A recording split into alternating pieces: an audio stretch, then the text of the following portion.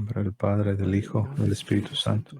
Amén. Dios les bendiga, hermanos. Les habla su hermano y amigo José Plasencia del canal La Fe de la Iglesia. Y en esta ocasión, una vez más, nos acompaña nuestro querido amigo Eric Barba desde Panamá. Eric, Dios te bendiga. ¿Cómo estás, hermano?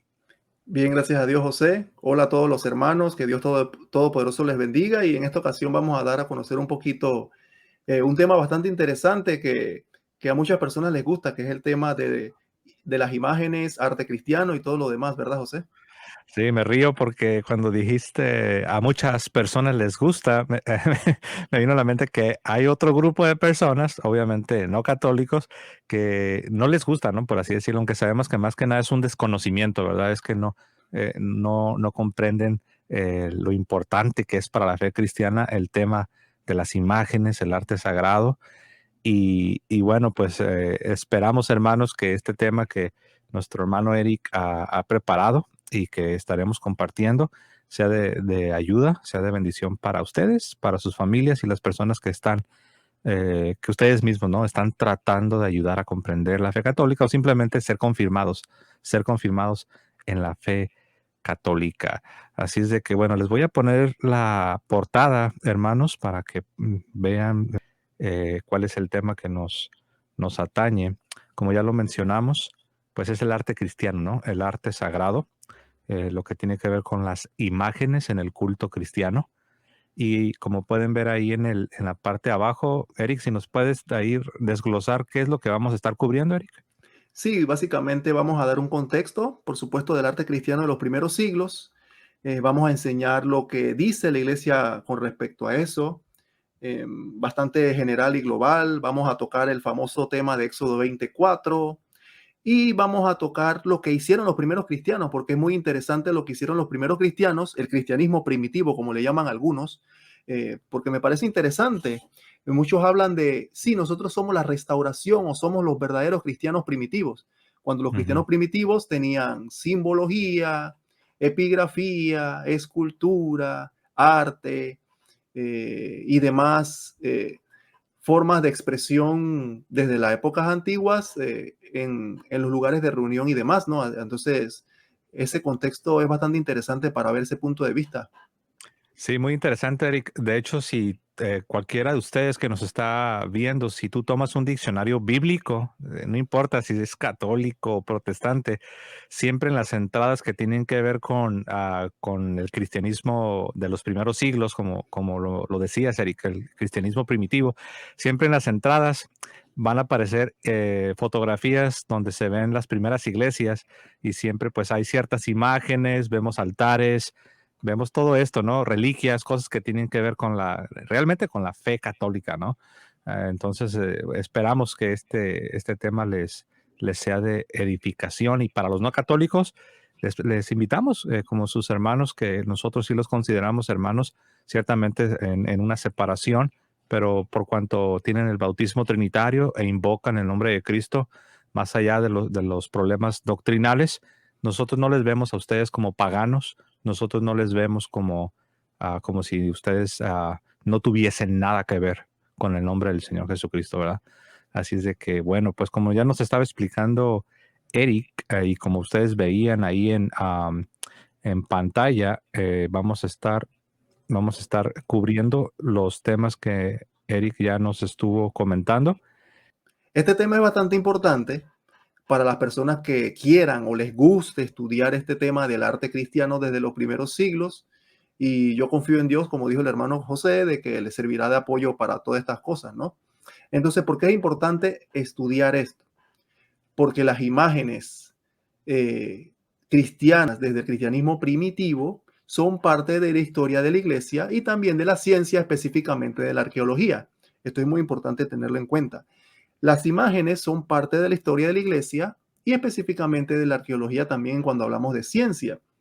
Y sabemos, como dijo el hermano José, que hay hermanos de otras confesiones religiosas que atacan al catolicismo por el tema de las imágenes, etcétera, etcétera, ¿no? Y esto no es nada nuevo porque hubo confusión y corrientes anti-imágenes de algunas personas desde los principios de la era cristiana y principalmente el ataque a las imágenes religiosas o las sagradas que se consideró desde ese tiempo llamado la herejía iconoclasta o los famosos iconoclastas, que quiere decir el que destruye imágenes, iconoclasta, icono, imagen, clasta, el destructor de imágenes. Esto viene desde épocas antiguas.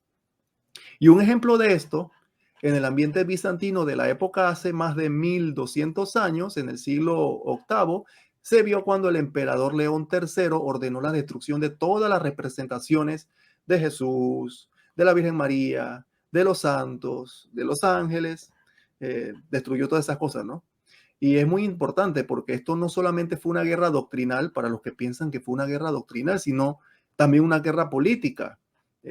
Corrió mucha sangre allí. Muchas personas piensan que este tema de los iconoclastas y el emperador bizantino de la época solamente tuvo que ver con temas doctrinales, también tuvo que ver con temas políticos. ¿Por qué? Porque recuerden, estaba naciendo el Islam. Por quedar bien con el Islam, el emperador de la época, por tener cierto recelo con los monasterios que estaban abarrotados siempre de gente. Los monasterios para esa época eran hospitales de las ciudades, lugares de reunión y demás. Ciertamente no le gustaba a algunas personas que sentían que se estaban escapando sus bienes o su gente para los lugares cristianos de reunión, específicamente los monasterios, y corrió mucha sangre por ese aspecto. Así que cuando tocamos este punto de las imágenes tenemos que ser muy serios en ese sentido, porque cuántas personas murieron por este tema de la iconoclasta y el uso de las imágenes en ese tiempo, que San Juan Damasceno, un gran defensor, y otros santos más que muy pocos se mencionan, tuvieron que ver en esto. Y la iglesia combatió esta herejía y la condenó en el segundo concilio de Nicea, como muchos conocen, en el año 787. Estoy hablando de hace más de 1200 años, que con esto fue el punto final, por decirlo así, o el comienzo de una manera formal en que se definió la legitimidad del uso y el culto de las imágenes, algo que ya se venía realizando décadas y siglos anteriores de manera progresiva y paulatina, más que nada la teología de la imagen. Para los que no saben, José, los orientales, no solamente nosotros que somos occidentales, los orientales tienen una forma muy bonita de referirse a las imágenes. Por ejemplo, recuerden que ellos hablan de íconos. Ellos dicen que el ícono no se pinta. Ellos dicen que el icono se escribe. O cuando dicen que el icono, vamos a visitar el icono, ellos no dicen, el icono te visita a ti.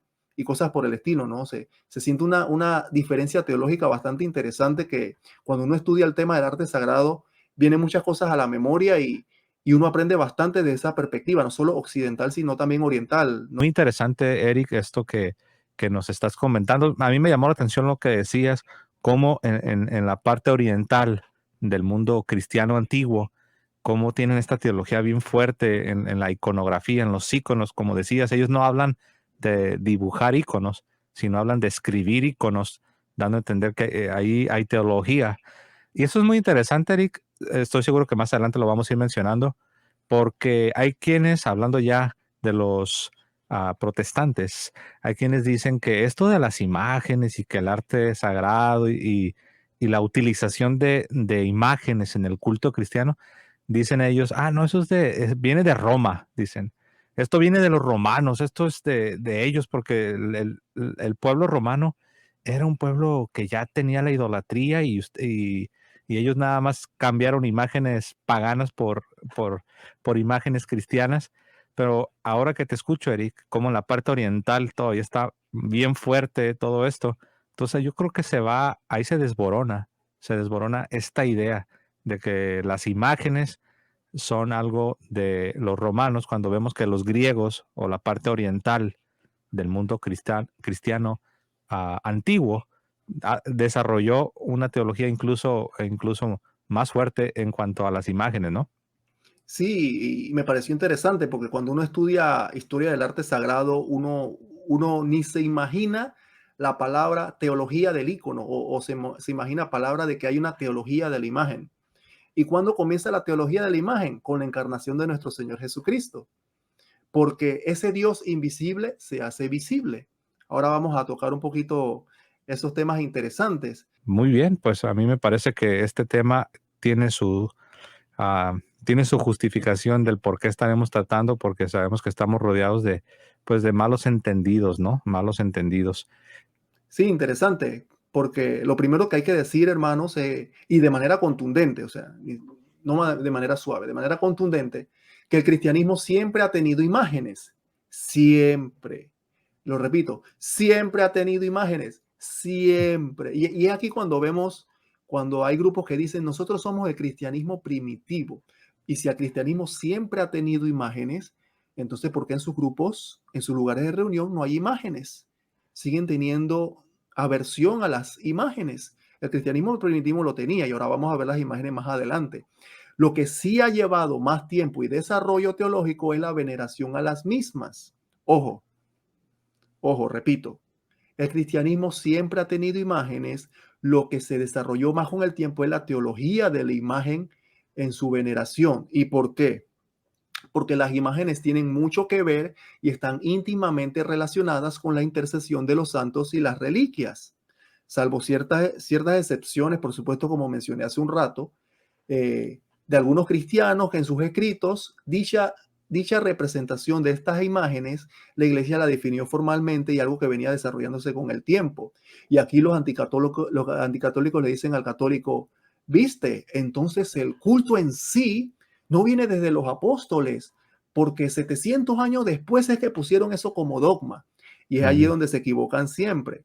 Porque imagínense, hermanos, si nosotros tomamos esa forma de expresarnos y de pensar, tenemos que pensar en todas las doctrinas de la iglesia que se definió siglos después. Por ejemplo, la consustancialidad del Hijo con el Padre. Eso no lo dijeron los apóstoles, que Jesús era consustancial con el Padre o con el Espíritu Santo.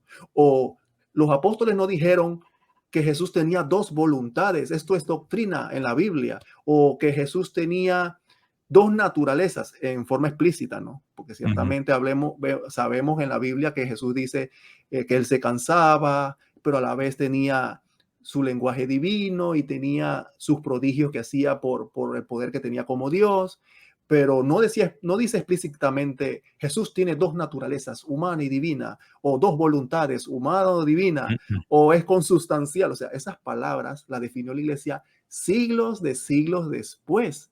Por eso que cuando te quieren decir a ti, católico, de que 700 años se definió el culto, las imágenes y todo lo demás, o sea, hay un desarrollo teológico y eso hay que comprenderlo, pero ciertos grupos anticatólicos no comprenden eso, no comprenden de esta manera teológica de hablar. Y como no comprenden, y hay muchos de estos grupos no tienen teología, no hablo de los reformados, de las iglesias protestantes antiguas, los luteranos, y como tú bien mencionas, las bautistas de repente, que tienen seminario de teología, abarcan la teología de una perspectiva más amplia, pero las sectas protestantes modernas, que son de los años 1900 para acá, que más o menos son las que explicaba hace un rato, son los Ujú. grupos que no les interesa saber de estas cosas. Y es muy interesante.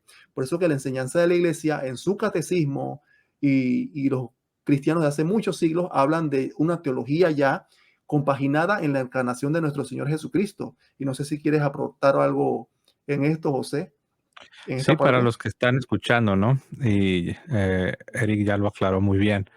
Cuando hablamos de estos grupos que son muy anticatólicos y tienen una aversión, tienen un rechazo muy fuerte por las imágenes, por el arte sagrado, son los grupos que a menudo también se les conoce como los fundamentalistas, grupos ya de corte fundamentalista.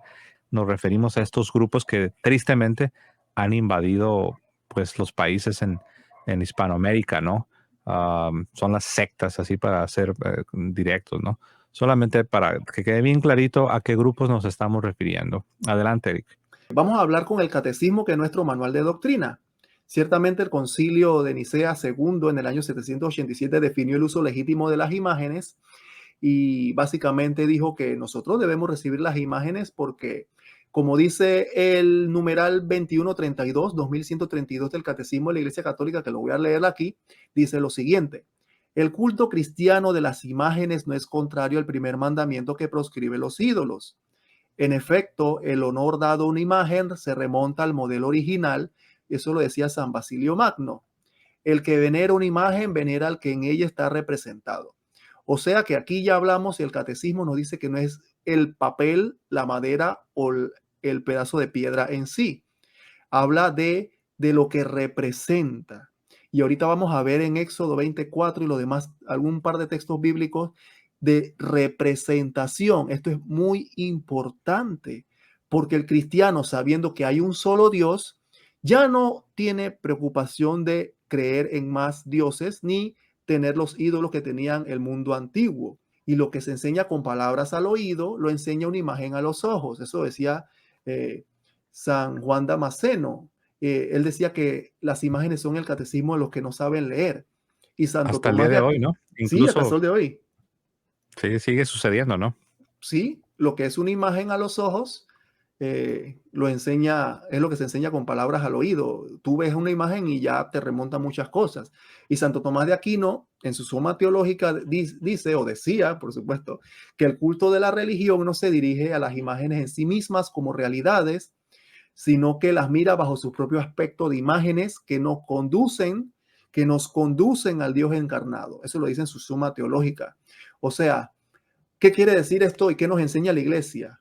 Uno, que las imágenes en sí no tienen poder, sino que nos representan a algo o a alguien. Por eso dije que las imágenes tienen mucho que ver con la intercesión de los santos. Y esto tiene que ver también en el contexto histórico. Entonces dicen, sí, es que ustedes no honraban a los santos ni veneraban a los santos. Óigame, si ciertamente los primeros siglos, nada más vemos el martirio de San Ignacio de Antioquía en el año 100 y Policarpo por el año 150 y decía que se llevaban los huesos y los restos de ellos dos como reliquias inestimables, como oro inestimables de la iglesia. O sea, y los primeros cristianos hacían culto a los santos de esa manera. Entonces, ¿qué pasó? ¿Por qué pasó entonces con las imágenes? Esa transición de que muchas personas iban a ahorrar los lugares de la muerte de los primeros cristianos con sus reliquias, no podía llegar a todo el mundo porque el cristianismo se expandió mucho. Esto es muy importante saberlo. Entonces, no podía ir un cristiano de Roma a ir a Antioquía a venerar los restos de San Ignacio de Antioquía que se habrán llevado para Antioquía. O Policarpo de Esmirna, cuando fue enjuiciado y quemado vivo, que se llevaron las reliquias. Un cristiano de Asia, bien lejos, no iba a ir a Esmirna a venerar las reliquias en tan lejos. Entonces, esa transición de imágenes, ese culto de la veneración a los santos entre religión e imagen tiene mucho que ver y hay mucha conexión. Y muchas personas no toman en cuenta esto. Entonces, muchas personas ya se hizo más fácil tener la intercesión de los santos y esa forma de piedad a través de las imágenes, ya que no podían ir a los lugares de cultos lejanos.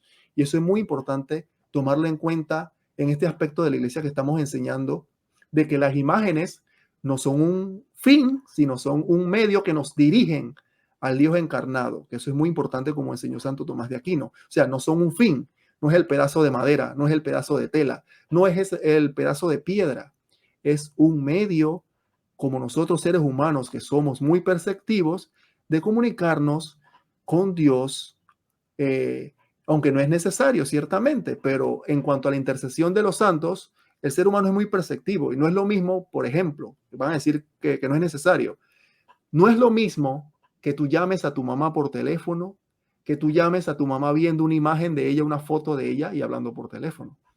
Sí, no es lo mismo usar el email, el correo electrónico, que usar Facebook, donde puedes ver imágenes, e incluso hasta imágenes en movimiento, ¿no? Lo que llamamos video. Entonces la misma naturaleza nos muestra eso, más allá del culto cristiano, simplemente la naturaleza humana.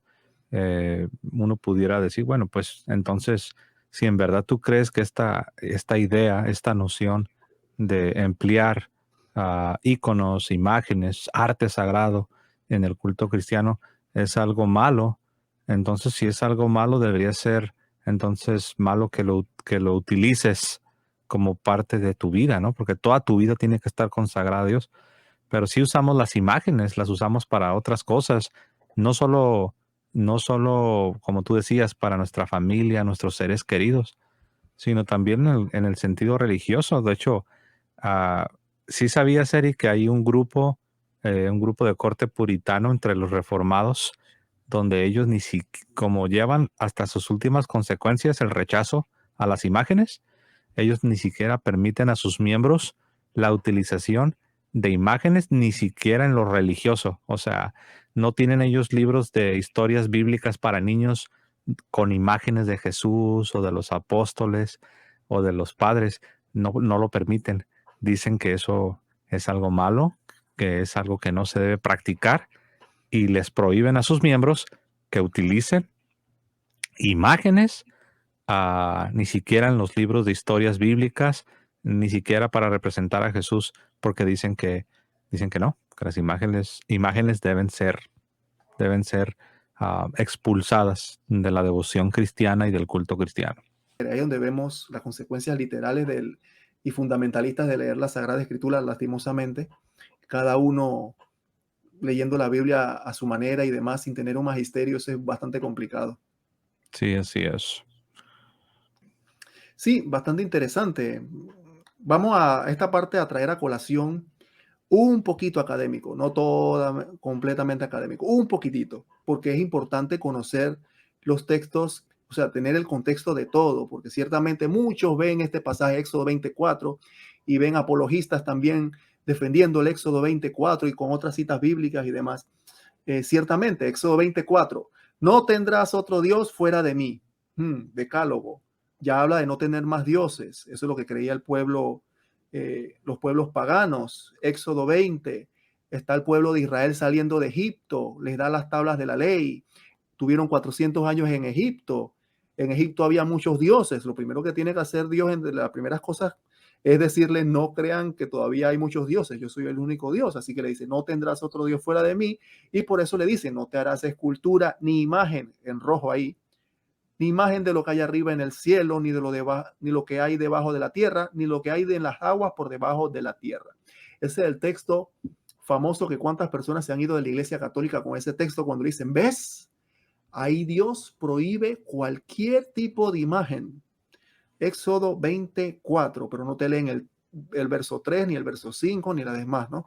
Y ciertamente, en el Antiguo Testamento vas a ver cientos de citas bíblicas hablando de imágenes, pero siempre habla del contexto de ídolos, siempre en el contexto idolátrico, porque Dios siempre le estaba recordando al pueblo de Israel que estuvo 400 años en Egipto con muchos dioses, de que no hay más dioses, sino solamente Él es el verdadero Dios.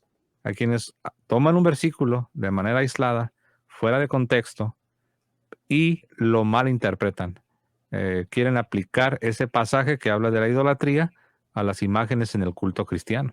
Independientemente si volvemos otra vez al pasaje en su contexto, ahí está hablando de ídolos. Entonces, en otras palabras, al ídolo, al Dios falso, ningún tipo de culto ciertamente le debes ofrecer.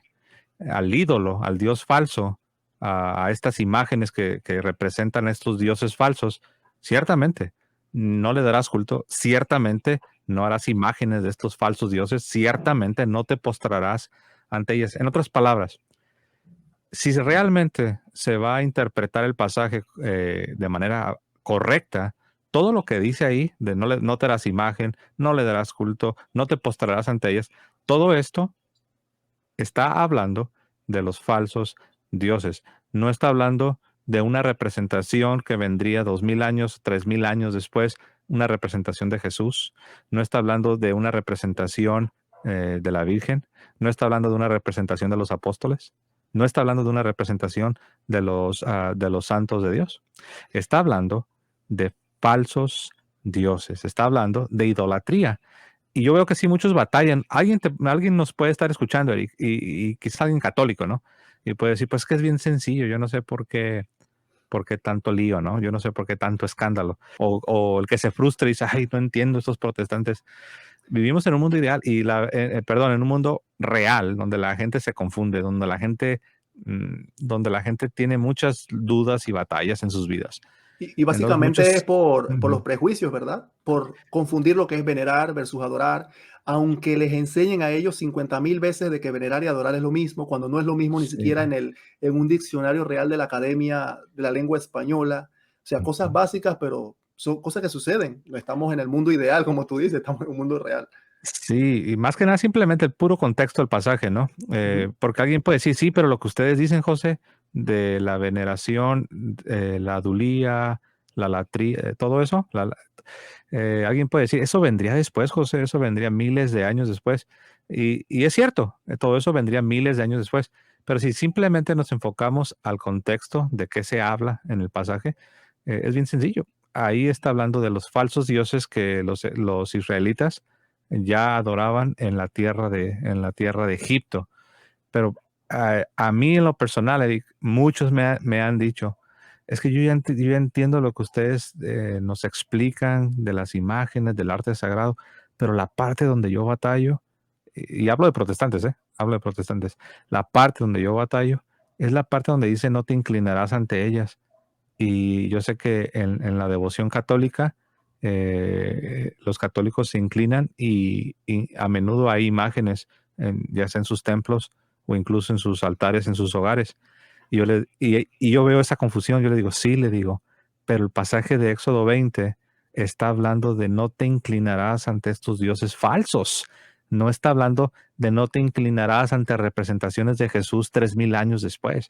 Pero me doy cuenta cómo ya los han engañado y cómo les han, con todo respeto, cómo les han lavado la mente y confunden cada vez que escuchan no te inclinarás a ellas, como que se les viene de manera inmediata, como un flash, las imágenes del culto cristiano en los templos católicos. Entonces ahora vamos a ver en el idioma antiguo qué dicen esas palabras de Éxodo 24, a ver si habla de cualquier tipo de imagen o vamos a ver qué sucede, ¿no? Ahí José lo está poniendo, sí. Oh, interesante. José, me vas a leer en hebreo y en griego, ¿verdad? Sí. Bueno, no quites la imagen. Aquí vamos a explicar a los hermanos. Éxodo 24. No te harás escultura ni imagen alguna de lo que hay arriba en el cielo, abajo de la tierra, ni por las aguas, debajo de la tierra. Bueno, este pasaje tan citado, tan peleado, tan discutido, vamos a hablarlo un poquito más académico, porque yo he visto, por supuesto, muchos hermanos que dan clases de formación y demás en Internet, hablando de todo un poco, ¿no? De los textos donde se hizo imagen y todo lo demás. Pero muy poco he visto sobre el tema de los idiomas originales. Entonces, Éxodo 24. Vamos a la imagen de arriba. En hebreo dice la palabra muy interesante en imagen. Dice pesel. Ahí está, esa palabra que está redondeada en un circulito, dice pesel. Sí, pesel es una estatua, sí, es una escultura, pero de un ídolo. Es un sustantivo. Pesel no es cualquier tipo de imagen, habla de un ídolo. Y vamos a ver en griego, esta es la Septuaginta griega. Recuerden que la Septuaginta fue una traducción del hebreo al griego de todos esos judíos que estaban por la diáspora fuera de Jerusalén, que se les había olvidado el hebreo. Entonces ellos tenían que poner su Antiguo Testamento, sus textos sagrados en griego para que los judíos que estaban fuera de Jerusalén, incluso en los alrededores de Jerusalén, comprendieran que hablaban griego, tenían que comprender qué es lo que estaba diciendo los textos sagrados. Entonces, en griego, esa palabra subrayada ahí, donde dice pesel en hebreo, que habla de un ídolo, por supuesto, habla de cualquier imagen. Los expertos bíblicos o los expertos ancianos que tradujeron la Septuaginta, que eran espectacularmente expertos en hebreo, dijeron que era cualquier imagen. No, ellos pusieron eidolon, ídolo, clarito. Nosotros en español no te harás escultura ni imagen alguna. Para nosotros es muy fácil acá en América decir y leer la Biblia en español. Ay, mira, entonces ahí donde engañan al católico. Sí, imagen, cualquier imagen. Pero las personas que han estudiado idioma antiguo y leen las escrituras en idioma antiguo ya se dan cuenta que la cosa es diferente. En hebreo, pesel, ídolo, una escultura, una estatua, sí, una imagen, pero de un ídolo. ¿Y cómo sabemos que es de un ídolo? Y no es cualquier imagen católica ni nada por el estilo que representa un hermano del cual que le tenemos mucho amor o una imagen de mi mamá, porque en griego los expertos judíos de la diáspora escribieron eidolon, ídolo. Aquí se acabaría cualquier discusión con respecto a este tema de las imágenes, porque en griego pusieron los expertos que saben más que tú y que yo, José, que todas las personas que le gusta molestar en internet, pusieron la palabra ídolo, ídolo, 3 veces, ídolo, ídolo, ídolo. No pusieron cualquier tipo de, ni la imagen de la Virgen María, ni de los santos, ni nada de eso. Ídolo. Entonces, ¿por qué entonces lo traducen como imagen los expertos bíblicos y no como ídolo? Pues la respuesta es bastante sencilla, porque simplemente se puede ver, como tú mencionabas, José, por el contexto. Con esta profundización, podemos observar que la prohibición de Dios está en las imágenes de ídolos y no de cualquier imagen. Sin embargo, a pesar de cualquier traducción que se use, se debe tomar en cuenta que la palabra que se está traduciendo es eidolon, ídolo, desde el hebreo y desde el griego, que pusieron muy clarito los expertos. ¿Qué se te viene a la mente ahora, José, al ver esto? Espero que los hermanos lo estén Sí. viendo bastante Ujú. claro, y les recomiendo que los que tienen celular volteen el celular a lo ancho para que lo puedan ver mejor. Sí, he estado tratando de, cuando vas mencionando las palabras, tanto la palabra hebrea y la palabra griega, he estado tratando de subrayar. ¿Tú puedes ver cuando estoy encerrando? Sí, sí, sí, ahí está subrayando en rojo, lo Ahí había está. subrayado como en un celeste, un Está el azul, ¿verdad? pesel, esa es la palabra hebrea, que Ujú, pesel sería estatua, estructura, ídolo, y es un sustantivo, ¿no? Pesel. ujú. Ahora, para no confundir a los hermanos, alguien puede decir, bueno, aquí ya Eric nos está hablando de griego, pero ¿qué no se supone que el Antiguo Testamento fue escrito en hebreo? ¿Qué tiene que ver ahí el griego? Pues Eric ya lo dijo, ¿no? Eric nos explicó que esta es la Septuaginta. ¿Qué es la Septuaginta, Eric? Así de manera sucinta. Las Septuagintas son los textos sagrados del Antiguo Testamento que, nuevamente, repito, los textos sagrados del Antiguo Testamento que utilizaron los 70 sabios judíos en la diáspora, en Alejandría, por aquellos judíos que olvidaron, recuerden hermanos, de tantas guerras y tantos saqueos que hubo en el pueblo judío. Muchos judíos salieron de Jerusalén por los conflictos que había. Muchos judíos estaban viviendo fuera de Jerusalén, en todos los alrededores, ciudades alrededores eh, del mundo antiguo. Entonces ellos hablaban griego porque el griego era el idioma que más se utilizaba, era como el inglés ahora. Ellos no conocían mucho el hebreo. Entonces los 70 sabios judíos tradujeron los antiguos textos hebreos al griego, y esas son lo que utilizamos nosotros los católicos en la iglesia como la Ujú, Septuaginta, más que nada los textos de la versión griega de la Septuaginta. ujú. Ok, entonces, para que la gente lo agarre al 100, yo sé que ya lo has explicado muy bien, pero entonces ese pasaje, el famoso pasaje de no te harás imágenes en Éxodo 20, cuando dice imagen, en la realidad lo que está diciendo, de acuerdo a la explicación que nos acabas de dar, Eric, cuando dice imagen, no está hablando de una representación como una pintura, sino está hablando de un ídolo propiamente, en un sentido teológico, entendiendo el contexto. Ujú, No se refiere a una representación gráfica como lo puede ser una pintura, sino está hablando de un ídolo, ¿no? Ya sea escultura o ya sea imagen, o ya sea incluso una estatua. Pero el punto aquí que se tiene es un ídolo, ese es el punto principal, ¿no? y lo dice la palabra griega total y absolutamente literal. Ídolo, eidolon. Ahí Ídolo. escribieron De hecho, pues de ahí viene, eidolon. ¿no? Ujú. Es Ujú, diferente a eikon, que es en griego ícono, imagen, pintura de representativa, que significa otra cosa, ¿no? No sé ujú. si quieres poner, ¿ibas a decir algo, José? No, nomás quiero decir que ya parezco yo, profesor de Profesor. ahí de universidad rayando todo el pizarrón, ¿no? Ahí está la siguiente, Vic. Pues bien, entonces nos pueden decir, ok, está Pesel en hebreo, eh, eidolon en griego. Entonces vamos a otro pasaje de algo que no sea una imagen de un ídolo, o sea, que no sea un ídolo, porque Éxodo 23:4, no tendrás otro dioses fuera de mí, no te harás de cultura ni imagen alguna. Como tú bien mencionaste mucho y le hiciste énfasis, habla de un ídolo. En español, vamos a ver en Génesis 1:27, creó pues Dios al ser humano a imagen suya. A imagen de Dios lo creó, macho y hembra los creó. Es como cuando dice Colosenses 1:15 que Jesucristo es, ¿qué es Jesucristo, José? Jesucristo es la imagen Imagen. del El Dios, icono. En el griego dice Jesús es el icono. el icono del Dios invisible. Ajá. Entonces Ujú, vamos al Antiguo Testamento, versión hebreo moderno y también el versión griego. En hebreo, ¿será que los escritores en hebreo pusieron pesel como Éxodo 24, donde está el decálogo de las prohibiciones? Éxodo 24 dice, no te harás ídolo ni escultura alguna. Pesel, en hebreo, aquí está un hebreo de la Tanakh que dice Selem. Génesis 1:27, Dios creó al hombre a imagen suya, Selem. No dijo Pesel como en Éxodo 20. Están viendo, hermanos, que la prohibición es muy diferente cuando uno lo lee en idioma antiguo. No es lo mismo, ni es igual, o como quien dice, no se come ni sabe igual, ¿no?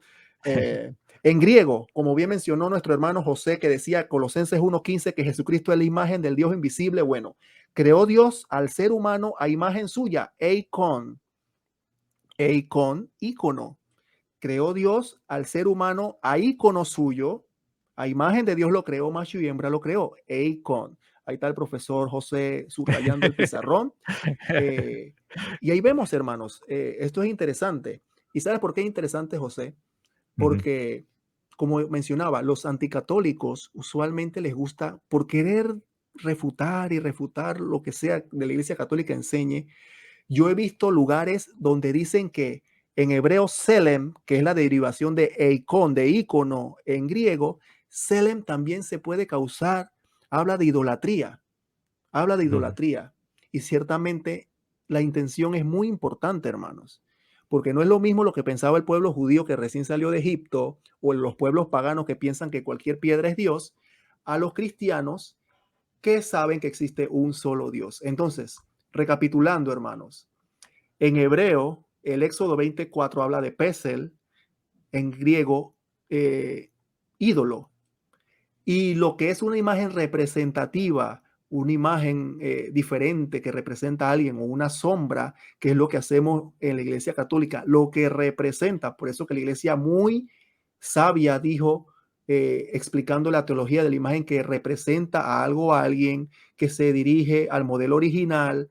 La Iglesia es sabia, hermanos. Eidolon, Pesel, en hebreo y griego, el ídolo.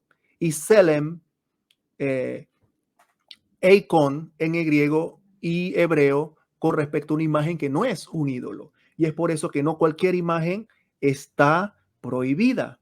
Eso es muy importante tenerlo en cuenta. Ciertamente no quiero enredarlos porque no muchos saben hebreo, ni muchos saben griego, ni nada por el estilo. La intención no es esa. La intención es que ustedes vean en la imagen aquí, en la lámina, la diferencia del idioma antiguo versus el español que leemos la palabra imagen 50,000 veces en el Antiguo Testamento y pensamos que es lo mismo. Y es ahí donde se cae el error en el fanatismo religioso, en la tergiversación de la palabra de Dios, en pensar Ujú. cosas que no son, José. Sí, de hecho, por ejemplo, la gente que dice, Eric, la gente que dice, no, Eucaristía no, eso esa palabra ni siquiera está en el Nuevo Testamento. Y yo les digo, sí está. Lo que pasa es que lo que tú lees es castellano, pero el Nuevo Testamento no es castellano. El Nuevo Testamento es griego. Y si tú vas a la escritura, sí está la palabra Eucaristía. Es el griego Eucharistein. Y ya cuando les explico, ya como que se quedan, o sea, la gente se da cuenta. Hablo del que quiere aprender, del que en verdad está buscando. Se quedan así como que, oh, no, no, pues nadie me lo había explicado así. Y yo, pues les digo, no, pues claro, porque no les conviene. Y continuamos con, ahora sí, ya avanzando en los siglos, ¿no? Ujú. Sí, los símbolos cristianos. Mientras José deja la imagen un ratito ahí, es interesante esto de los símbolos cristianos porque ahora pasamos, ahora sí, a cosas visuales. O sea, aparte de lo que vimos en griego y en hebreo, ahora seguimos viendo cosas visuales Ujú, donde dicen, el cristiano nunca ha tenido imágenes. Wow. Aquí vemos, comenzamos con los símbolos. Los primeros cristianos, hermanos, eran perseguidos, recuerden, era muy perseguido por los emperadores y no tenían forma de manera pública hasta después de Constantino que se abolió la prohibición del cristianismo, donde los cristianos eran perseguidos y no tenían forma públicamente de expresar su fe debido a toda esta prohibición. Y el cristianismo era visto como una religión tan extraña que inclusive le decían que era supersticiosa. mm, Eh, y sin embargo, aquí vemos que nuestros primeros hermanos se valieron de esos símbolos para dar a conocer la fe y todo esto se encuentra en catacumbas antiguas. Y los simbolismos eran muy usados por civilizaciones antiguas, como mencioné hace tiempo, no sé, el imperio romano, los imperios paganos, todo eso, ¿no? Y es muy interesante porque aquí vemos 5 figuras. Vemos el pez, una paloma, unos peces y demás escrituras aquí, un ancla y un, eh, un pavo real. Entonces, déjame ir comenzando con cada una, José, Ujú, rapidito, para ir explicando qué significa eso. ujú. Estos son símbolos cristianos del siglo primero hasta el siglo tercero. Básicamente, un ratito antes de que cesaran las persecuciones, los cristianos utilizaban mucho los símbolos. Y comenzamos a mano izquierda con el signo del pez, que en griego quiere decir ishtis, el signo del pez. Aquí dice ishtis. Ahí está el profesor José subrayando en azul. Ishtis, que puestas en vertical, no horizontal como está ahí, hacen un acróstico de la palabra de Jesucristo. Para los que no saben qué es un acróstico son las iniciales de una palabra. Entonces, ¿qué quiere decir esa palabra ishtis? Dice en griego allí, Jesus Christus Zeus Ios Soter. Jesus Christos Zeus Ios Soter. Jesucristo, Hijo de Dios Salvador. Entonces, este símbolo era muy difundido en los primeros cristianos, en las catacumbas y lugares de reunión, porque era un compendio de la fe cristiana. Y tanto así, hermanos, a los que les gusta a los padres de la iglesia, porque te menciona a los padres de la iglesia que refutaban las imágenes.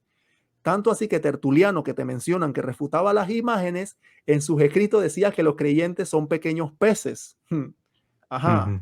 Y San Clemente de Alejandría, que también citan que rechazaba las imágenes, recomienda en su libro Estromata y en su Pedagogo, más que nada, de que los cristianos tienen que ponerse un sello de una paloma, de un pez.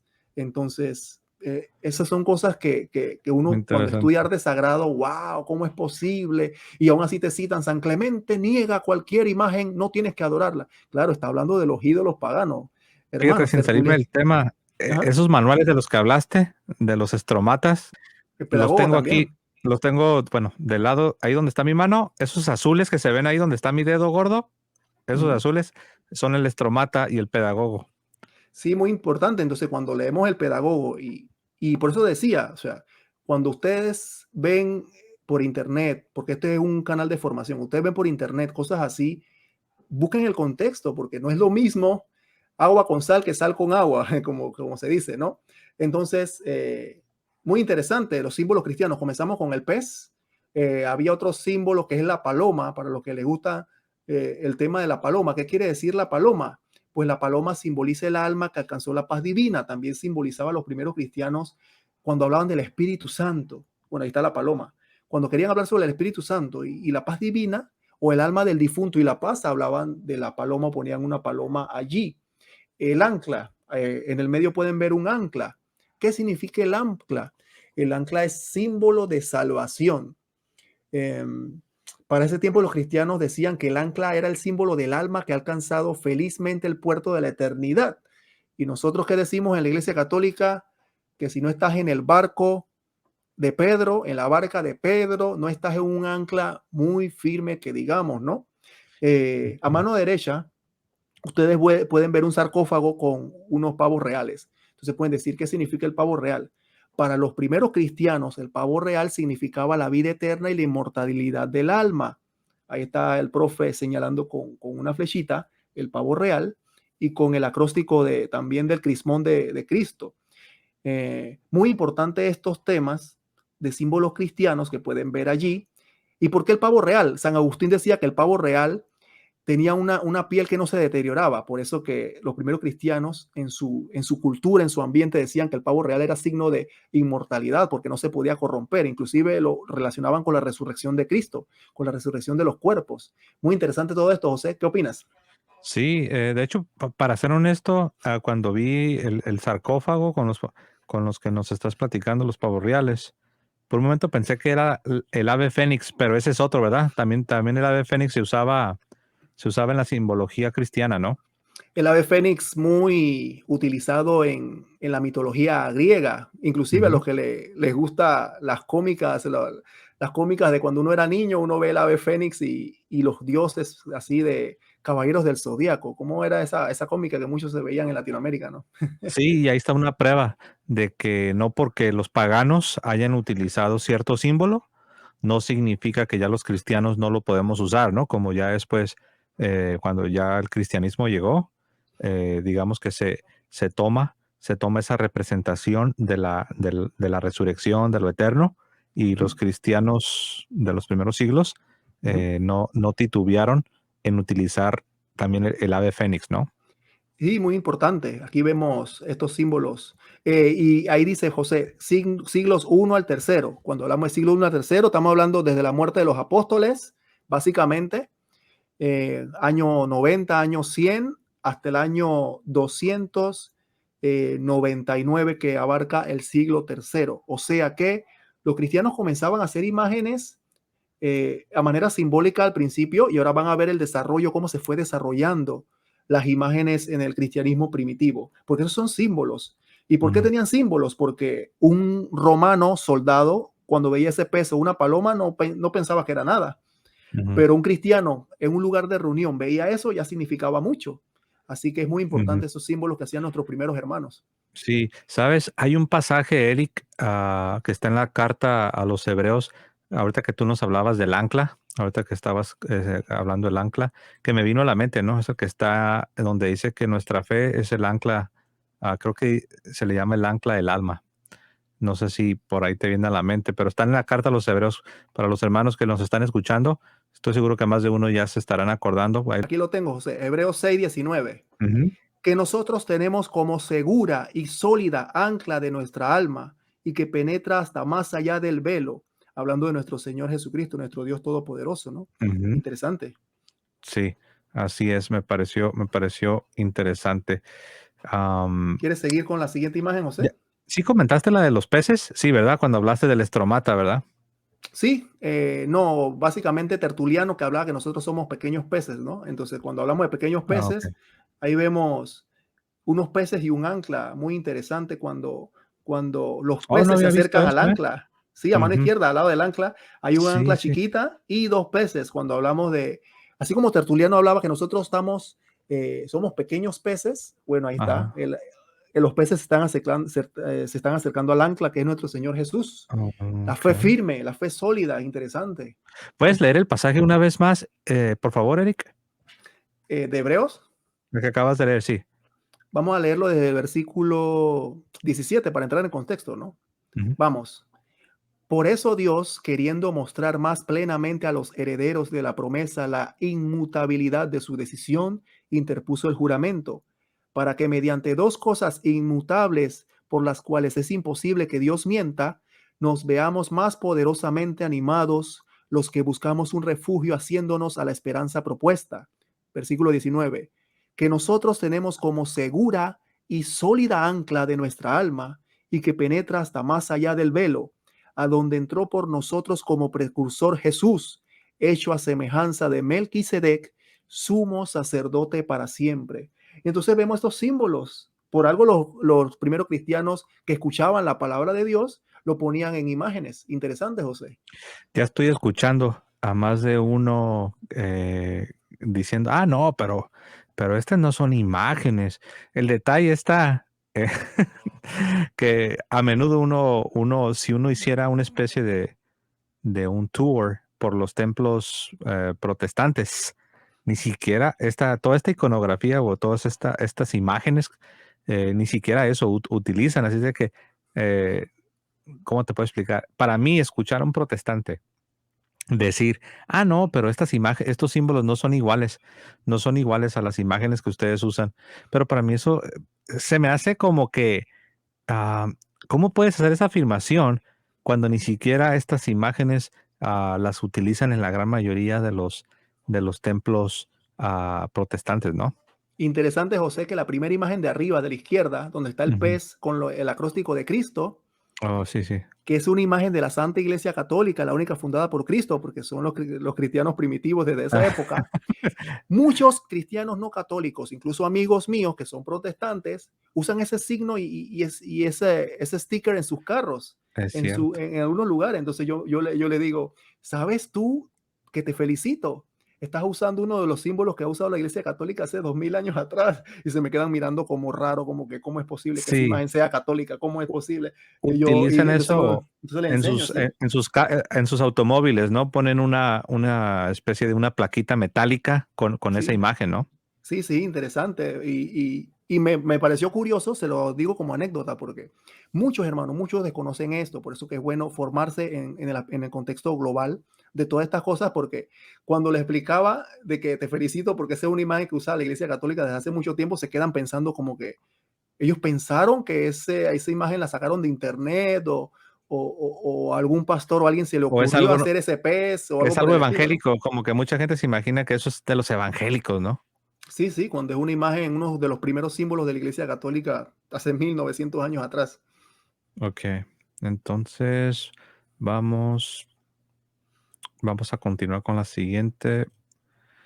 Mm, entonces recuerden, hermanos, estamos viendo cómo la Sagrada Escritura no prohíbe las imágenes cristianas o arte sagrado. Lo que sí prohíbe es la idolatría, ¿no? Ujú. Interesante, aquí pues, aquí seguimos viendo, ahora sí, imágenes que se van elaborando. Hay que tener en cuenta algo, porque muchos dicen, ¿por qué las imágenes no son de los primeros cristianos como las que tienen ahora? Hermanos, seamos coherentes en el contexto y cultural histórico. Los primeros siglos los cristianos estaban perseguidos.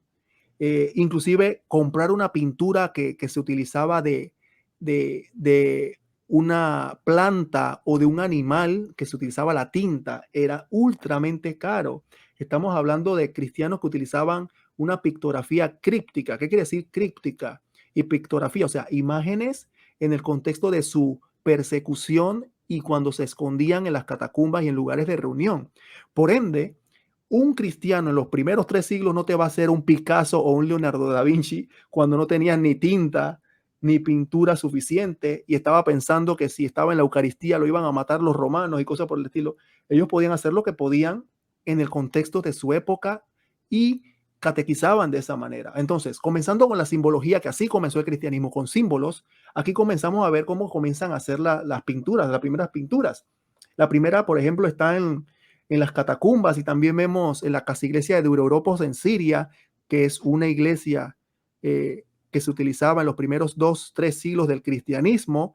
Vemos pasaje del Evangelio. A mano izquierda, la hemorroísa, ese pasaje famoso de que esa mujer dice que aunque toque la orla de su manto seré curada. ¿Recuerdan? Bueno, aquí Mm, está en imágenes. Y si alguien no sabía leer, ¿te imaginas José viendo esta imagen, cómo catequizaban a los primeros cristianos? No se sabían nosotros, como nosotros, de repente los versículos, San Juan capítulo 10, versículos, no, eso era el evangelio de nuestro gran apóstol Juan, decía que una mujer padecía flujo de sangre, etcétera, y relataban el evangelio con amor, no con miedo, como enseñan por ahí a veces, que el apocalipsis viene, no sé qué, no, eso no es así, ujú. enseñaban con amor. Es la imagen de la hemorroísa, a mano en el centro podemos ver las catacumbas de San Calixto, que son pinturas de la época de los 217 al año 300. Y ahí está una flechita roja en la catacumba de San Calixto, que es del año 217. Ahí vemos a mano derecha la pintura más grande, que es de Daniel y los leones. Y también se me viene a la mente cuando yo veía todas estas imágenes, como que cómo catequizaban, cómo hacían catequesis nuestros primeros cristianos con todas esas imágenes. No le leían el libro de Daniel como quien dice capítulo 13 de Daniel, capítulo 9 de Daniel. No, simplemente decían Daniel estuvo con los leones, etcétera, etcétera. Ni Interesante, José. capítulos, ni capítulos tenía la escritura. Sí, ni tenía. Así que interesante cómo catequizaban nuestros primeros cristianos.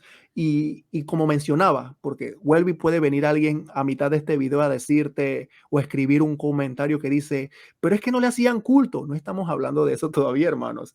Estamos hablando de cómo los cristianos van desarrollando esa habilidad, primero en símbolos, después en pinturas, de hacer imágenes en sus lugares de reunión, en sus lugares sagrados. Interesante, José. Pues me llamó mucho la atención cuando estabas tratando de adelantarte a la posible objeción de alguien diciendo, no, pero ¿por qué no vemos ese arte elaborado, esas imágenes tan elaboradas, por ejemplo, en el primer siglo? Eh, me- Simple y sencillamente, como ya lo mencionaste, ¿no? Los cristianos estaban en persecución. Ujú. Los cristianos estaban constantemente cambiando de ubicación de un lugar a otro. No estaban asentados. Su religión no era legal. no podían adquirir bienes raíces. Ah, y a mí me gusta dar un ejemplo, Eric, antes de darte el lugar para el siguiente punto. Me gusta dar un ejemplo. Yo, en los primeros años de mi matrimonio, Eric, yo constantemente me movía de un lugar a otro por razones de estudio, por razones de ir con familia, por diferentes causas, pero a menudo me movía, tenía que estarme mudando de un lugar a otro. Ahora, si tú hubieses visitado, Eric, mi casa, mis casas o mis hogares en esos primeros años de mi matrimonio, tú habrías notado algo, Eric, que los adornos y los muebles de mi hogar eran muy rudimentarios, no había muchos adornos, no había muchas decoraciones, mis muebles no eran así como que muy lujosos, por lo mismo que yo todavía no estaba bien asentado. Ahora, Eric, si tú visitas, si tú regresas en el tiempo y visitas mi hogar ya unos años más tarde, tú vas a notar cambios. Vas a notar que las decoraciones en mi hogar son más elaboradas. Vas a notar que los muebles ya están, no sé, más muebles, más grandes, más cómodos. ¿Por qué? Porque ya estoy más asentado. Entonces, es lo mismo con los cristianos. Estaban en persecución. Obviamente que su simbología o sus imágenes o su arte no es tan elaborado como lo puedes ver después de que ya el cristianismo ya se asentó, después de que se hizo ya una religión tolerada, una religión legal, ya podían adquirir bienes raíces, tener sus propios templos, sus propios edificios. Entonces, por eso que ahora sí, ya vemos un arte más elaborado, ya vemos más decoraciones, porque ya había la oportunidad de decirle, mira, digámosle a este pintor que venga y nos haga aquí una hermosa representación de nuestro Señor. Antes no se podía hacer eso por las persecuciones. ¿Cómo ves, Eric? Sí, y como mencionaba, o sea, no es lo mismo adentrarte al contexto cultural de la época que pensar ahorita en el siglo XXI. No es lo mismo un cristiano en persecución sin dinero viendo cómo pintar algo con una tinta de animales o tinta de plantas, que es lo que se utilizaba para ese tiempo para dibujar o pintar, que era sumamente costoso para esas personas. Entonces, sí, entonces aquí vemos cómo se va desarrollando el arte cristiano, ¿no? Siglo segundo, años 100 al 199. Aquí vemos esta interesante imagen de la catacumba de Santa Priscila a mano izquierda, hermanos. Recuerden poner el celular, los que tienen celulares, eh, así a lo ancho para que puedan ver las imágenes mejor.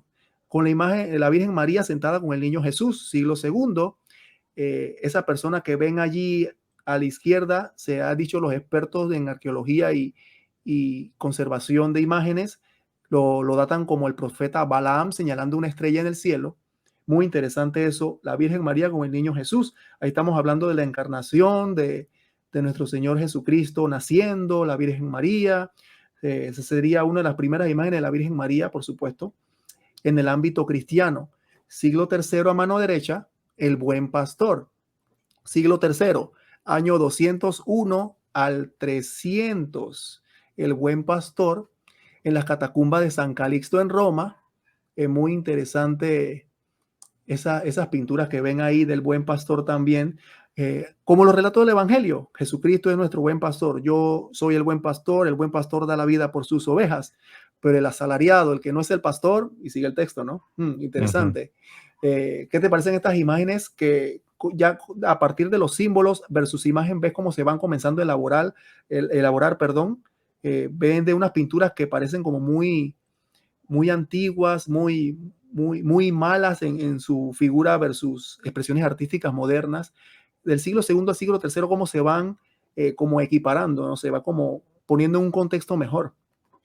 Sí, sí. De hecho, a mí me llama la atención cómo en esta imagen, la que estoy señalando para todos ustedes, me llama la atención cómo ya ahí vemos a la Virgen con el niño Jesús.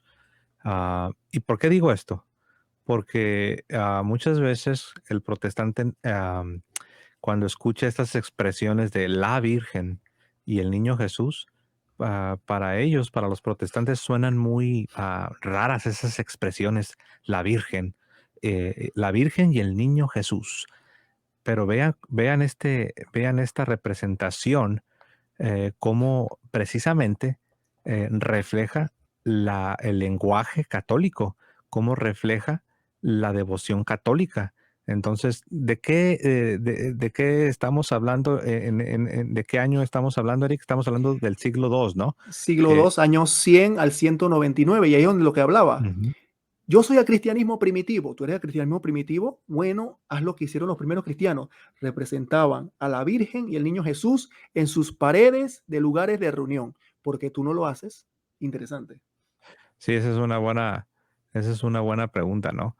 Y yo aquí ya estoy grafiteando, ¿no? Ya estoy haciendo mi grafiti aquí en el arte sagrado. Bueno, lo bueno es que eso se borra. Pero sí, esa imagen me impactó. Como ya en el siglo segundo, en las catacumbas, cómo tenemos ya esta representación que refleja lo que es la devoción católica, ¿no? Así es. Entonces, Sí, ah, la ¿quieres devoción volver? católica, sí. No, no, adelante, ¿Qué? adelante, adelante, Ok, sí.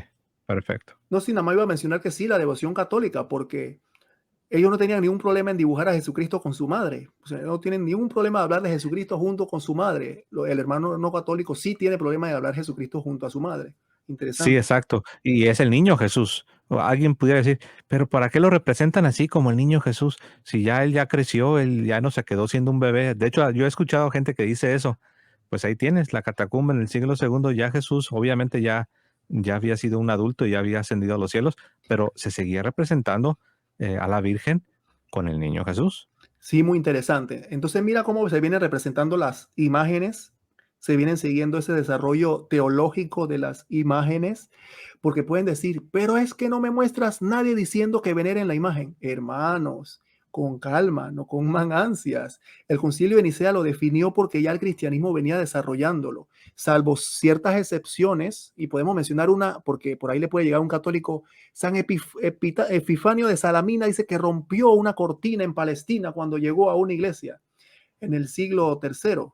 Ciertamente, el contexto histórico, judíos transformados al cristianismo, paganismo rodeando, ellos, algunos hermanos, tenían esa aversión a las imágenes, por ejemplo esa.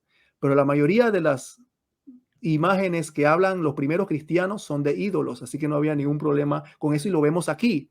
¿Por qué? ¿Por qué dicen que estaría prohibido? Porque si estuviera prohibido todo, no estuviéramos viendo esto. Las imágenes hablan más que mil palabras. Pero es Oye, si que, hablando, ajá, ajá, perdón. sí, hablando de imágenes, yo estoy ahí con mis imágenes, mira, ahí en la parte de Sí, arriba estoy utilizando ya la idolatría ahí. sí, ya estoy viendo, ya estoy viendo. Sí, básicamente, hermanos, es eso. Es que no me muestras a nadie. Es que lo estamos viendo. Una imagen habla más que mil palabras. No es lo mismo ver dos textos en 4 siglos, tres, cuatro textos, dos, tres textos de primeros cristianos, de padres de la iglesia hablando de que no tengan esa imagen por ahí. Pero miren lo que estamos viendo imágenes siglo por siglo, símbolos siglo por siglo. Ustedes creen, hermanos, muy interesante esto. Eso cuando me lo enseñaban en arte sagrado era importante saberlo. ¿Ustedes creen que ningún sacerdote o ni un obispo iba por esos lugares de reunión? ¿Mm? ¿Ustedes creen que ni uno de esos obispos o clérigos no estaba en esos lugares de culto? Eso es imposible. Por eso, que uno o dos o tres testimonios que hablen de imágenes que no las tengas en los primeros siglos, ojo, te va a salir el no católico, anticatólico con 50 citas de San Agustín diciendo que la idolatría, que las imágenes, no habla de las imágenes católicas, habla de ídolos. Así que muy importante esto, tienes que tomar en cuenta esto. Cristo entre Pedro y Pablo, siglo IV, años 300 al 399.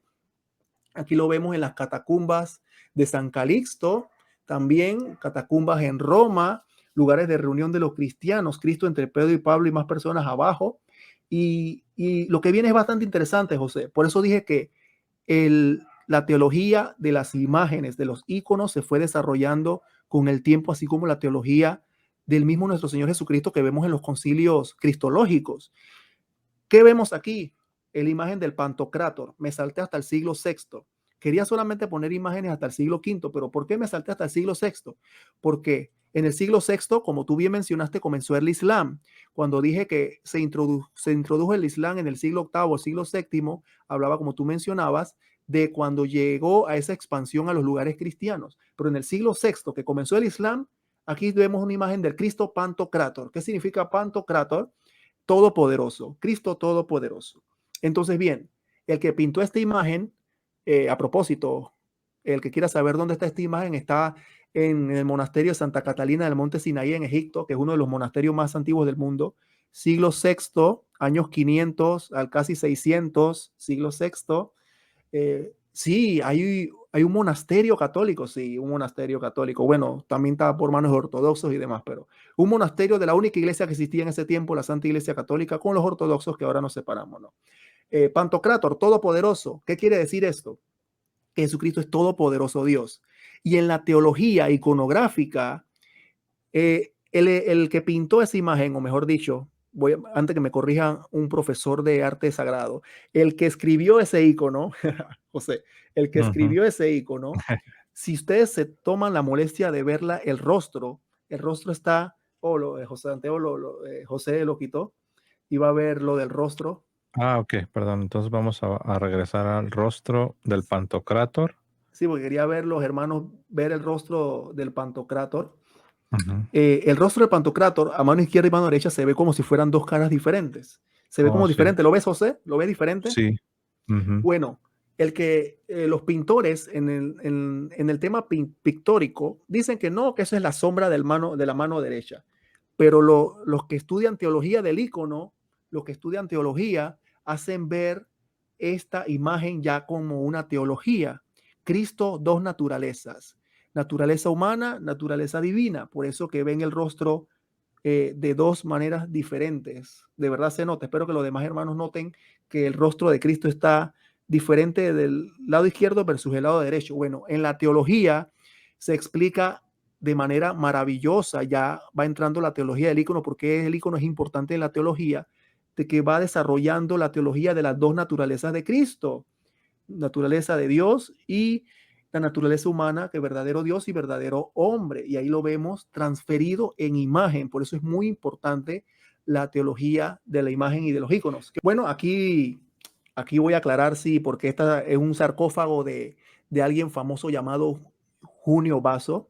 La siguiente imagen va a decir Junio Basso, pero quiero aclarar aquí que la imagen del sarcófago de Junio Basso fue un error ahí de redacción en la lámina que se hizo ahí, ¿no? Esta escultura es del sarcófago de Junio Basso. Sí, ahí puse Junio Basso en Esa, este sarcófago, sí, pero es en el del otras palabras, anterior. el título corresponde al anterior, ¿verdad? Correcto. Ok, este sarcófago de Junio Basso, de mediados del siglo IV, hablamos por el año 359 y se encuentra conservado en Roma.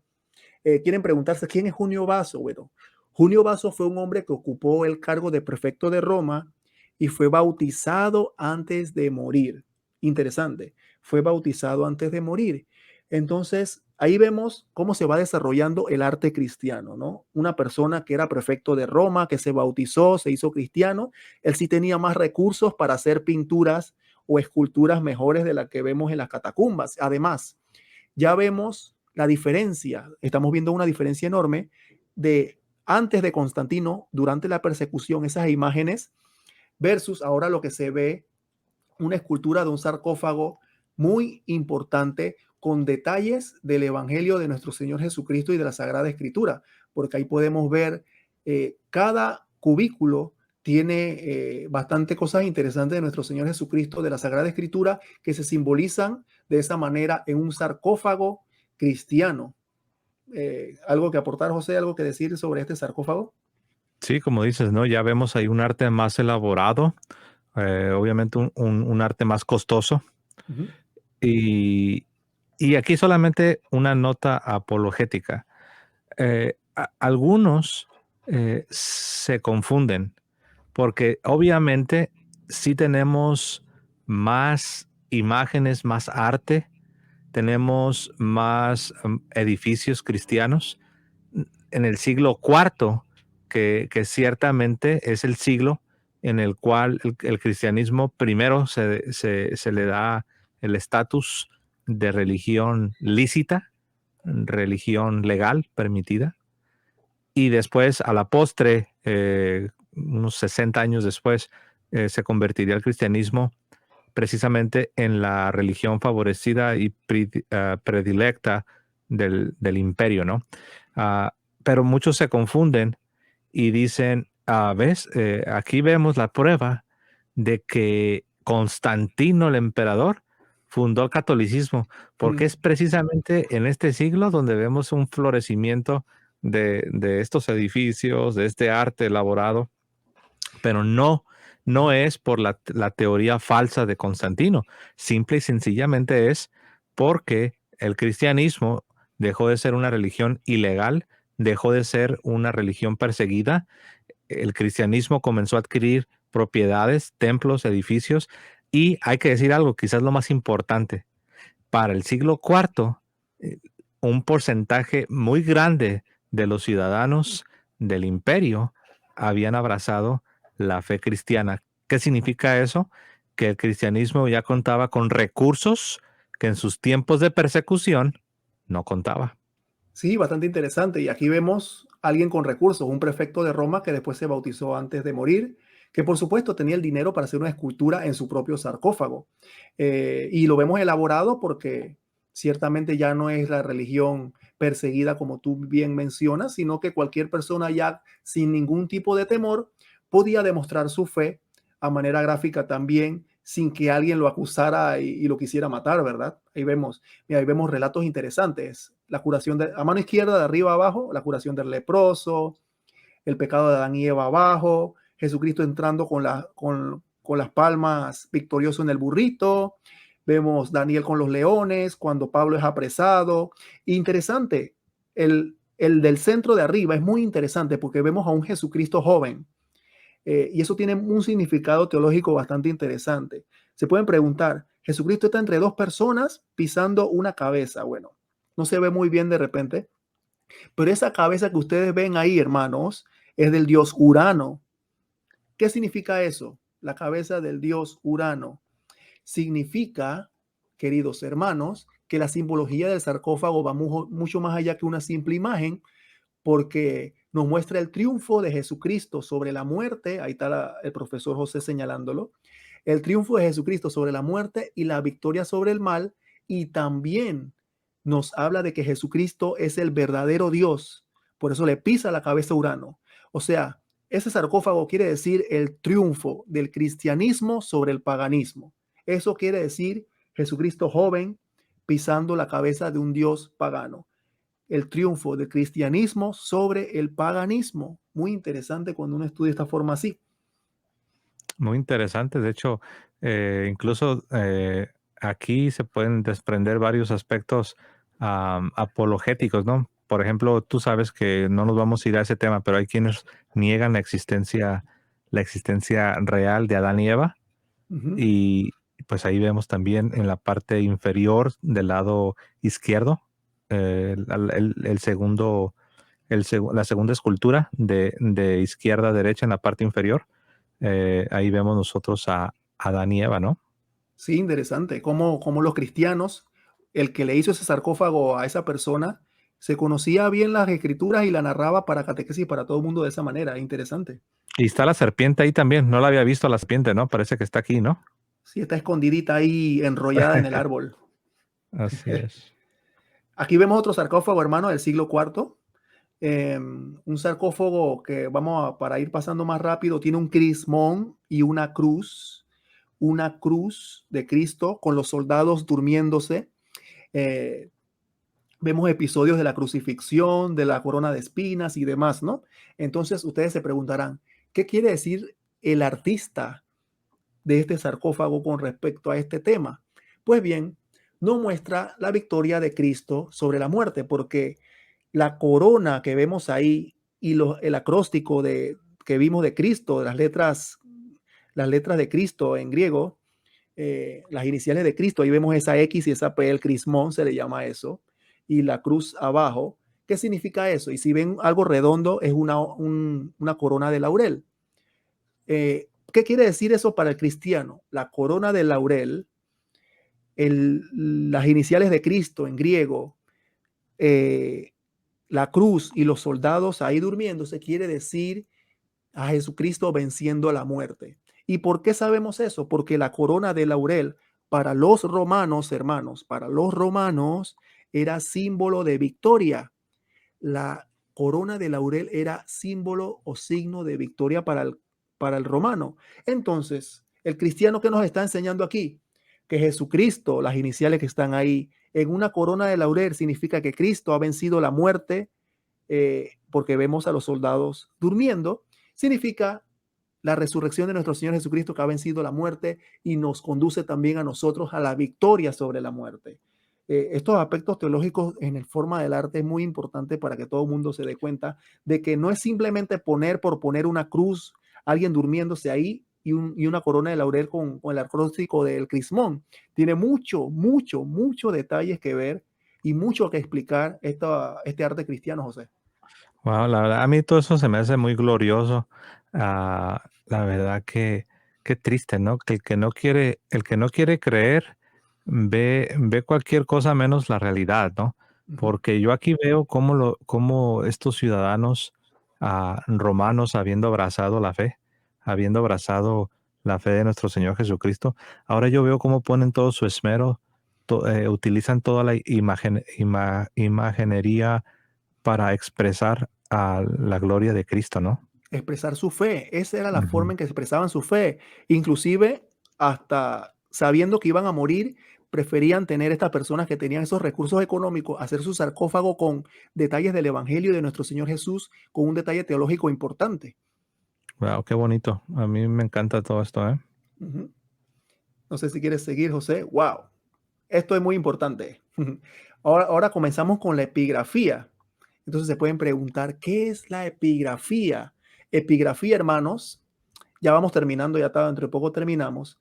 La epigrafía es la ciencia que se encarga de estudiar las inscripciones, y no solamente en el cristianismo. Vemos gente experta en arqueología de los que estudian las momias egipcias, las pirámides, las inscripciones o epigrafías de los incas, de los mayas, de los aztecas. José, tú que eres de México, o sea, todos esos símbolos y inscripciones, bueno, no había inscripciones tan así, pero inscripciones, aquí vemos en griego, eran los detalles que se estudian en este ambiente del cristianismo. Y ayuda mucho para la historia y, por supuesto, en la Iglesia Católica, que nos ayuda a entender de que la arqueología y la fe con la Iglesia Católica van de la mano. Por ejemplo, a mano izquierda vemos una inscripción en griego y también a la derecha. ¿Qué quiere decir esa inscripción en griego?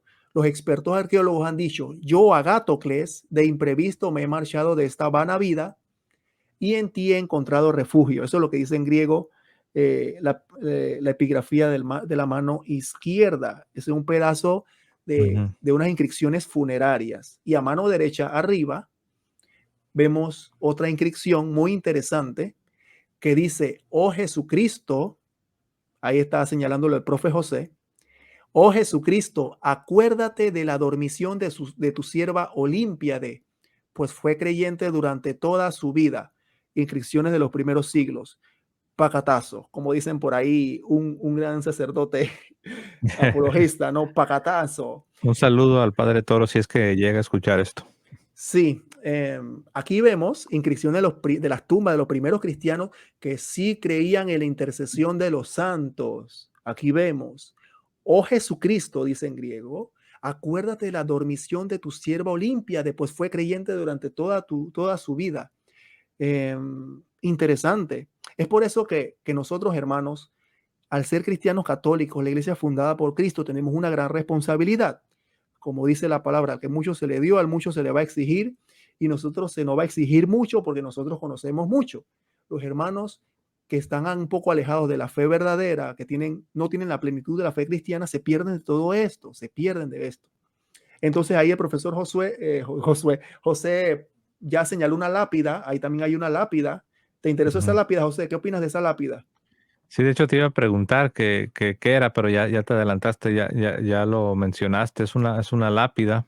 La de arriba es una lápida, la de abajo también, pero ¿te interesó la de abajo, José? Sí que, o sea, en sí lo que está en el dibujo, ¿qué viene siendo? Ok, Aquí sería una inscripción funeraria del siglo III, Ajá. años 201 al 300, que dice Firmia Victoria. O sea, como está en latín, sí se entiende mejor. Firmia Ujú. Victoria. ¿Qué quiere decir esta inscripción funeraria? Si ves una barca, ves como un mar turbulento y ves un faro al final, eso que señalaste con la flecha. ¿Y qué Ah, quiere, ok. qué quiere decir eso? Quiere decir que esa persona, Firmia Victoria, tuvo un pasaje turbulento en esta tierra. O sea, la barca, las aguas turbulentas simbolizan para el cristiano y esas inscripciones de los primeros siglos la turbulencia de la vida. Pero al final de la vida está el faro, está la luz de nuestro Señor Jesucristo que nos da la vida eterna y nos conduce al cielo. Eso es lo que quiere decir esa inscripción funeraria del siglo III con esa lápida en el Ujú. barquito, el agua turbulenta y el faro con la luz al final. Wow. Entonces, este de aquí es el faro, ¿correcto? ¿Correcto? Entonces, qué interesante, porque también el faro a menudo se utiliza en lo que es nuestro cristianismo moderno como un símbolo, un símbolo que alude en cierta manera al Señor o a nuestra fe, ¿no?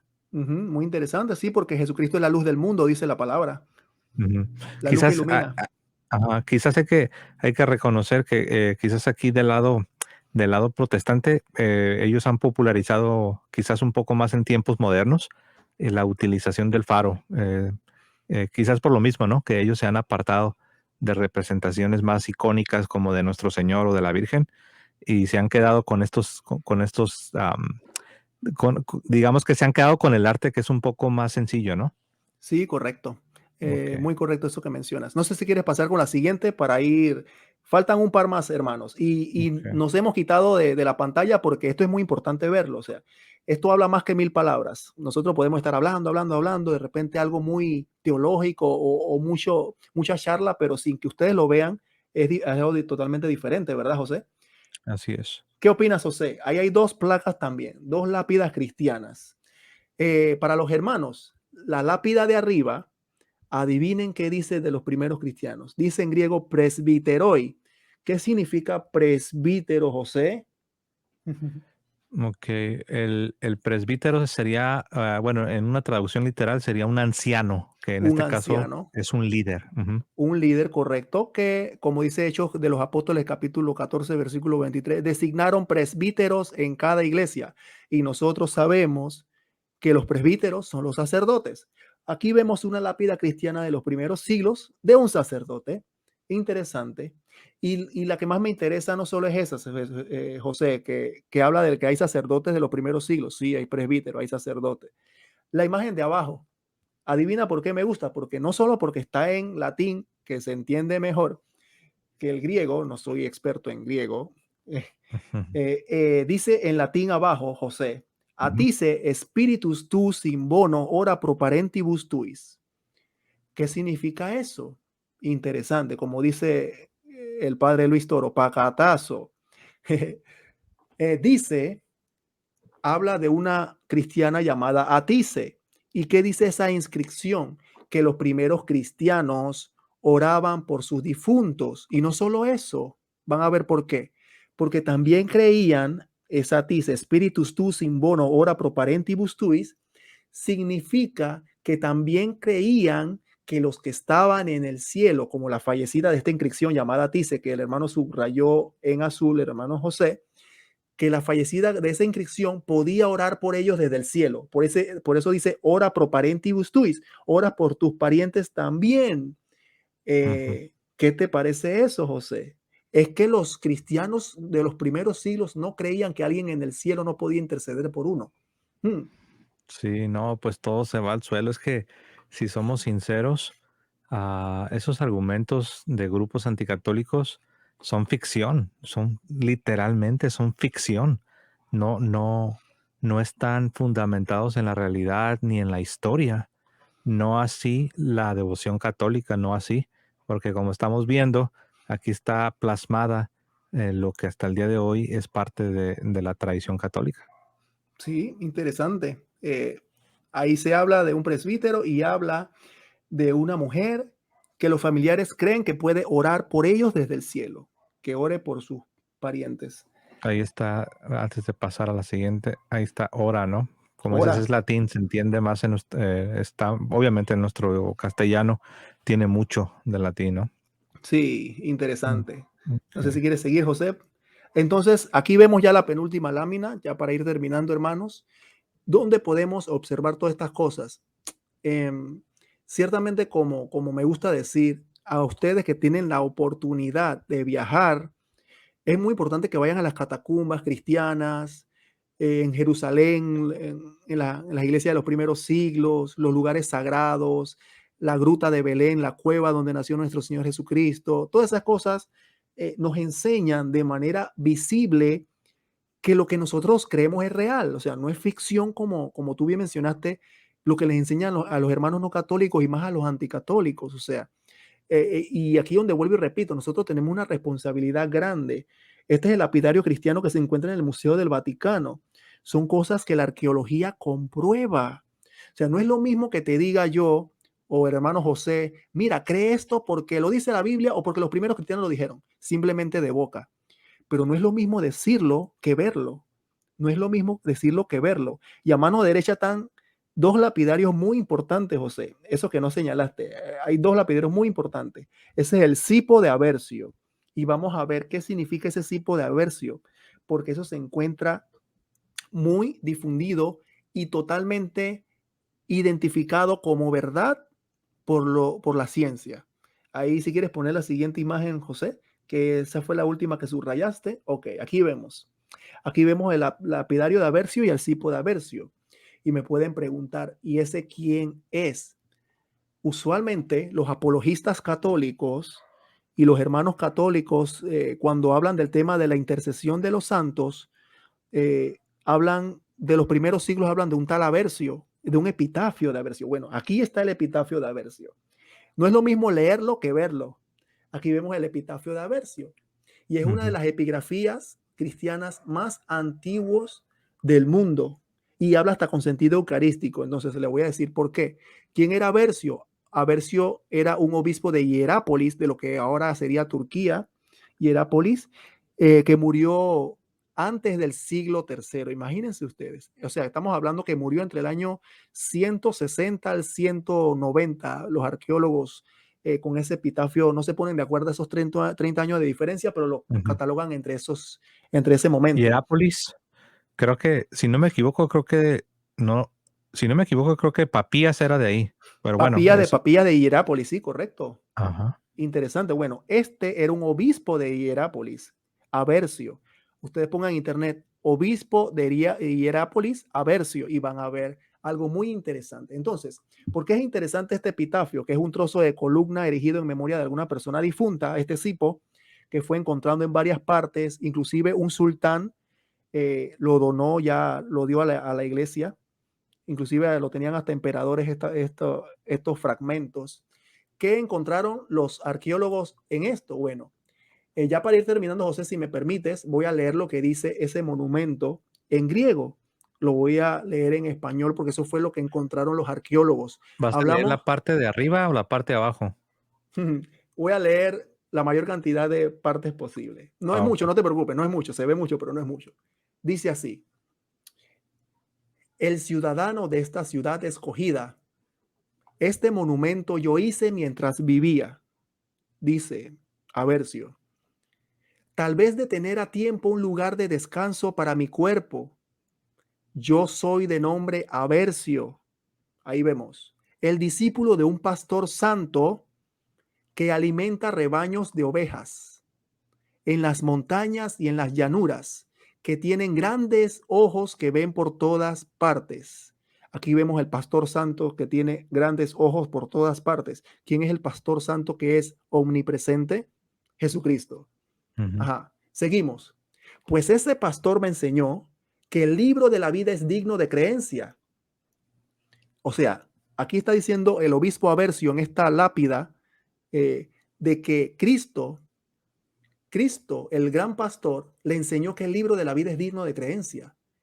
Y miren lo que dice aquí, porque los obispos y los sacerdotes siempre dicen que los escoge Cristo, no se escogen ellos solos. Y ese pastor dice, y me envió a Roma a que contemplara la majestad. Guas.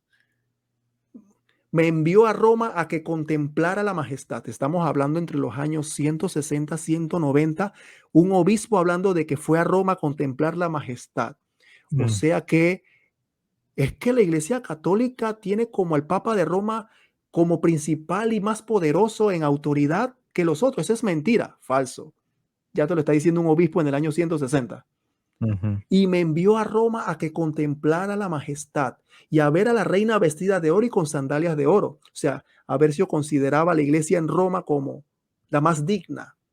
Allí también vi a personas que llevaban una marca brillante y vi la tierra de Siria y todas sus ciudades. Yo vi a Nisibis cuando crucé el Éufrates, pero por todas ujú, partes yo tenía hermanos. Tenía a Pablo, también leía las escrituras, no era ningún ignorante en escrituras. ujú. La fe me llevó adelante y por todas partes me proveyó como comida un pez de gran tamaño y perfecto. Y adivinen, ¿qué es lo que vimos hace un rato, José, de peces? Nuestro Señor Jesús me dio de comida un pez de gran tamaño y perfecto que una virgen santa sacó con sus manos de una fuente. Y esto siempre le da de comer a sus amigos. Y miren qué será. Al tener vino de gran virtud y al darlo mezclado con pan, Eucaristía, pacatazo. Al tener vino de gran virtud y al darlo mezclado con pan. Y termina José diciendo estas palabras, el obispo Avercio, en ese cipo. Yo, Avercio, habiendo sido testigo de ellas, digo que está escrito aquí. Verdaderamente yo estaba atravesando mi año número 72. Y dice al final, el que discierna estas cosas, o sea, todo lo que hemos hablado aquí, cada compañero creyente que ore por Avercio. Mm, y sigue la inscripción más adelante, ¿no? Cada compañero creyente que ore por Avercio.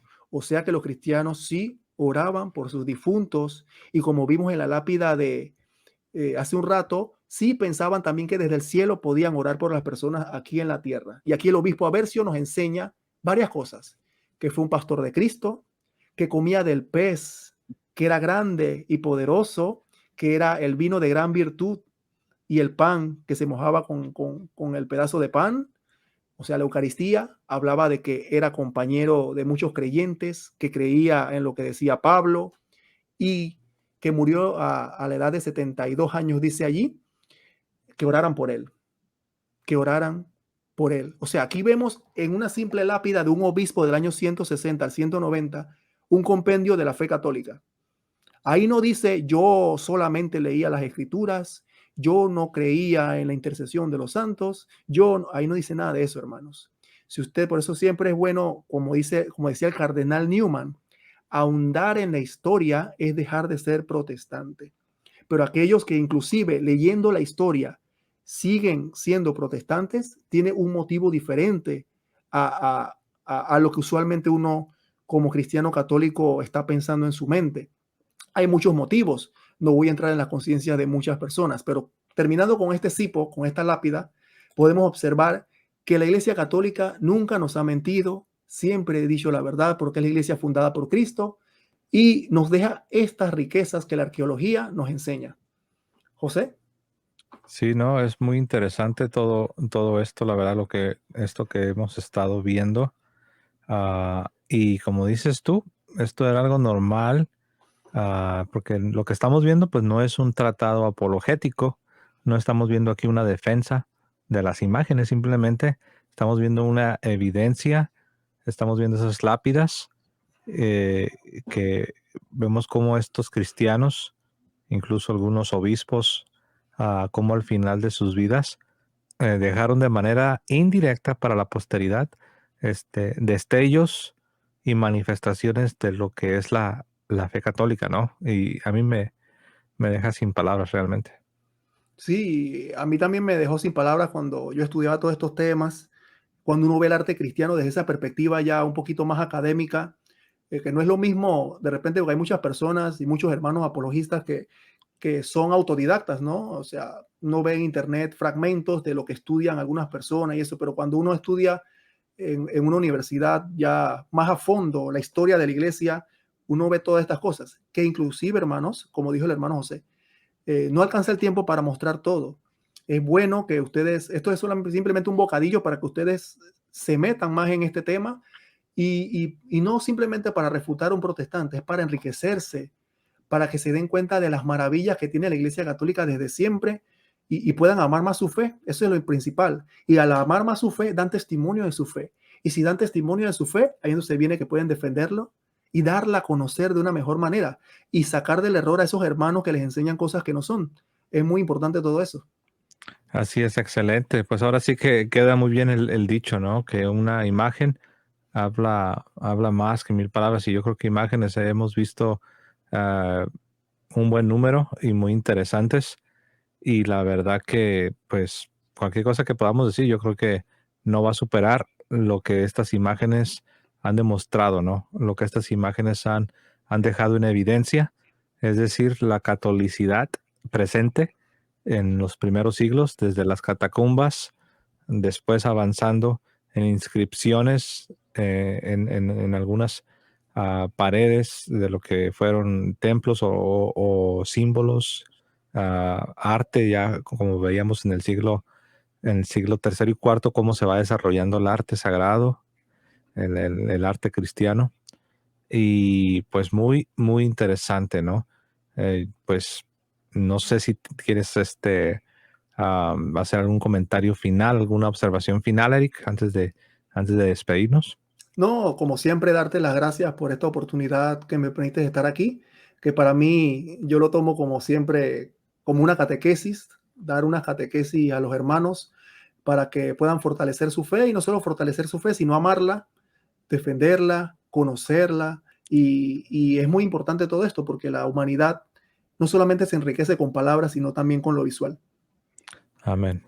Así es, pues ahí lo tienen, hermanos. Yo creo que ha sido una tremenda bendición escuchar lo que nuestro hermano Eric nos ha compartido.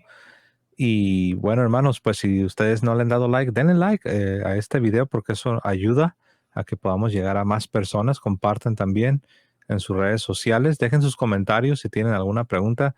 Si quizás no eres católico y tienes algunas dudas, algunas objeciones o simplemente tus opiniones, pues déjalo en un comentario y veamos cómo podemos tratar de ayudarte. Pero siempre, ¿no? Siempre invitando al respeto, invitando a la caridad. Hermanos, pues sin más por el momento, nos vamos a despedir como siempre lo hacemos. Que viva Cristo Rey y que viva Santa María siempre Virgen.